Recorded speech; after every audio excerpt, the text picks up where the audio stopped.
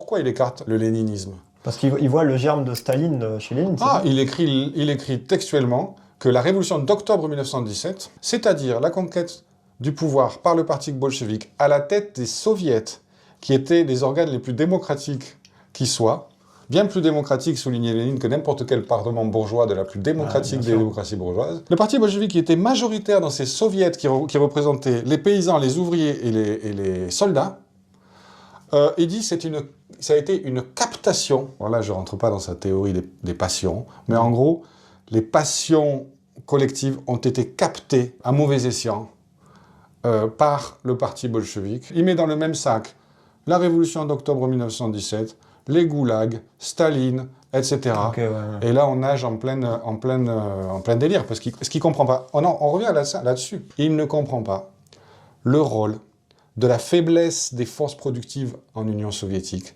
de l'isolement de la révolution russe. Bah, tiens, d'ailleurs, voilà, bah, là, tu es en train d'enchaîner, c'est parfait. Comment on explique la dérive stalinienne d'un point de vue marxiste? C'est Trotsky qui a donné à ça la formulation la plus aboutie, la plus développée, la plus scientifique. Lénine est mort en janvier 24, au début du processus de bureaucratisation de la révolution russe. Il l'a perçu, mais c'était le début de ce processus. Trotsky a vécu l'ensemble du processus. Et comme tu le sais, il en a été victime, lui, toute sa famille, etc. Trotsky explique: la révolution russe a dégénéré sous la forme du stalinisme, c'est-à-dire de la captation du pouvoir par une bureaucratie privilégiée, du fait de l'isolement de la révolution russe, échec de la révolution allemande de 1918, 1923, etc. etc. Ouais, vous pouvez aller voir ma vidéo sur Luxembourg, je traite de ce sujet-là. Isolement de la révolution russe dans un pays très arriéré.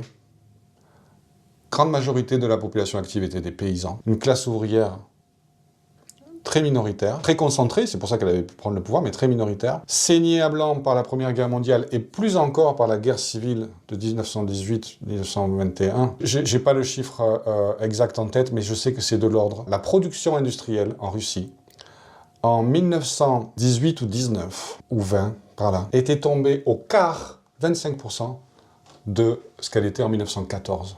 Ah ouais? Tu te rends compte de ce que c'est? 75% de chute de la production industrielle. On revient à ce qu'on disait tout à l'heure. Marx expliquait, le socialisme, on ne peut le construire que sur le puissant développement des forces productives que le capitalisme a permis. En Russie, les ouvriers quittaient les villes, quittaient Saint-Pétersbourg, Pétrograd et Moscou pour aller chercher à bouffer dans les campagnes.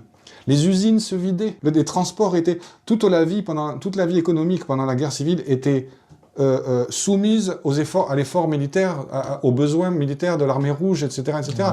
Donc, dans cette situation de pénurie généralisée, de faible niveau de développement des forces productives, de faible productivité du travail humain, il était inévitable à un certain stade que l'enthousiasme révolutionnaire des masses ne suffise pas, qu'il y ait un reflux, que de ce reflux profite une caste de bureaucrates au sommet du parti bolchevique, au sommet de l'appareil d'État, qui prélever pour eux-mêmes le peu de privilèges qu'on pouvait écrémer dans ce genre de situation et qui luttait pour la consolidation de ces privilèges, bien sûr, en éliminant la démocratie soviétique, la démocratie dans le parti bolchevique. Voilà en résumé le processus. Donc ça n'a rien à voir avec Lénine. Malheureusement, cette dérive